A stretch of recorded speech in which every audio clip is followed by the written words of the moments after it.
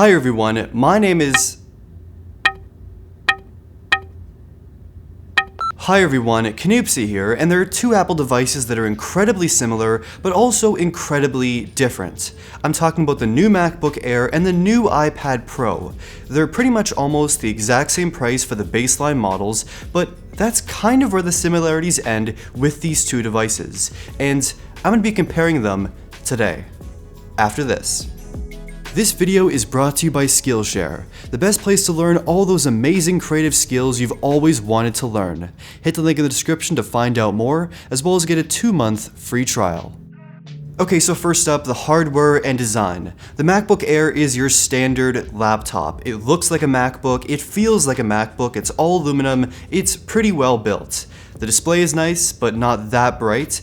The keyboard is very solid if you like the butterfly keyboard, which I personally am a fan of. There's the excellent Force Touch trackpad. It's thin, it's light, but not too thin and not too light either. It's just your safe, kind of standard MacBook design.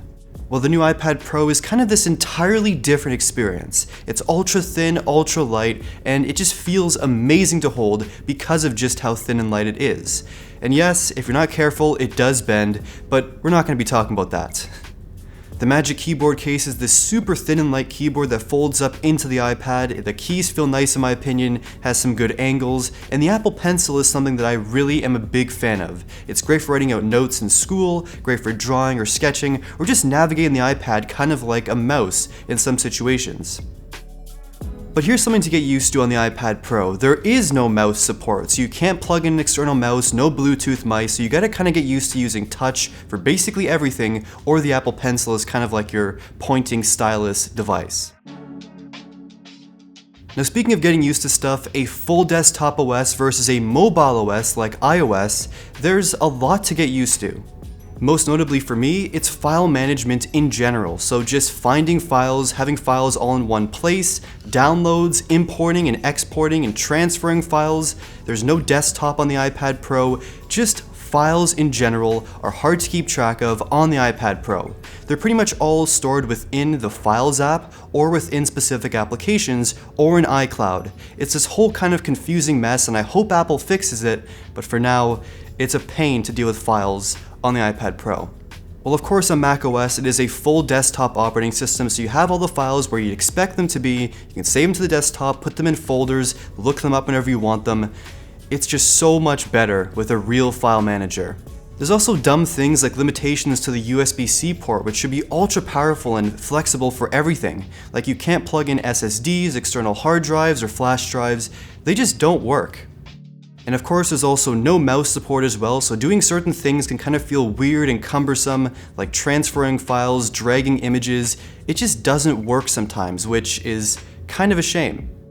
Essentially with macOS, it kind of adapts to the way that you personally work, while with iOS and the iPad Pro, you have to adapt to the way that it works, learn its quirks, learn the positives, negatives, limitations, and only then can you use it kind of perfectly. It's a lot to get used to.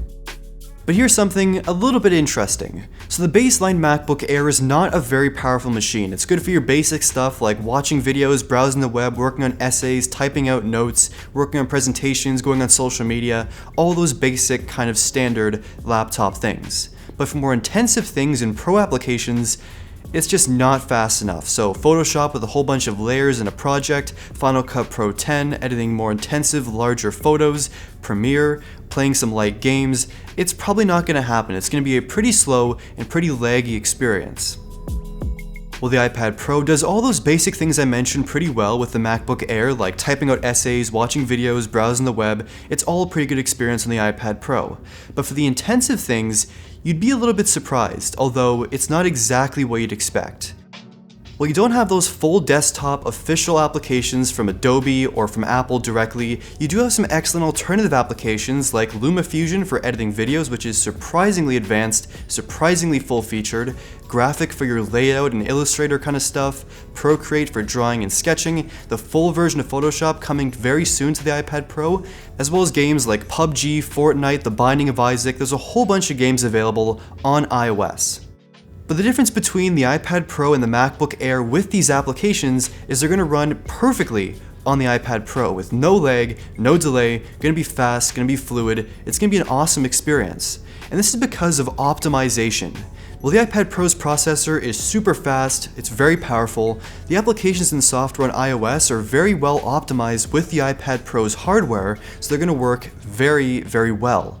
Something that really can't be said about the MacBook Air, where some things are not gonna be as fast as you'd want them to be.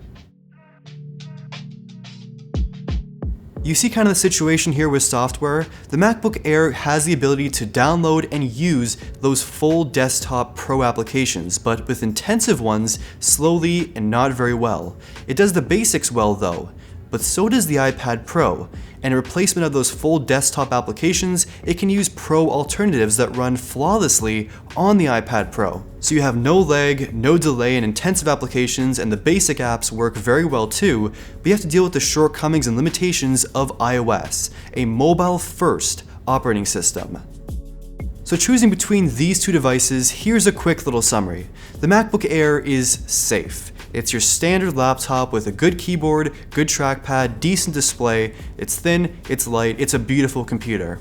Well, the iPad Pro is something entirely different. The hardware is on an entirely different level, it's such a joy to pick up and use, and you really do want to use it. You have to learn to adapt to the shortcomings of iOS though, but once you do, it's quite an amazing experience. So for me personally, between the iPad Pro and the new MacBook Air, I would probably choose the iPad Pro. It takes some getting used to, like I mentioned, but when you do get used to it, it's pretty amazing. I've been using it for the last few months, I really have no major complaints, and that's what I would choose. But that's just me. This video was brought to you by Skillshare, the best place to learn all those creative things you've always wanted to learn. With over 25,000 classes about photography, design, animation, cooking, business, marketing, video editing, and more, it's all on Skillshare. And it's all taught by creative professionals who want to help you fuel your creativity, curiosity, and even your career. I've been learning some knife skills to help up my cooking game a bit, as well as about typography, and also Adobe Illustrator, which I've really never been good at, but I'm finally learning. The first 500 people who use my link in the description get 2 months of free Skillshare on the house and less than $10 a month after that. For all of this knowledge, that's a pretty great deal. Thanks to Skillshare for sponsoring this video and supporting my channel. So which of these two devices would you personally choose, the MacBook Air or the iPad Pro? Let me know in the comments down below. I'm curious to hear your personal thoughts, and thank you for watching. Hi everyone, my name is...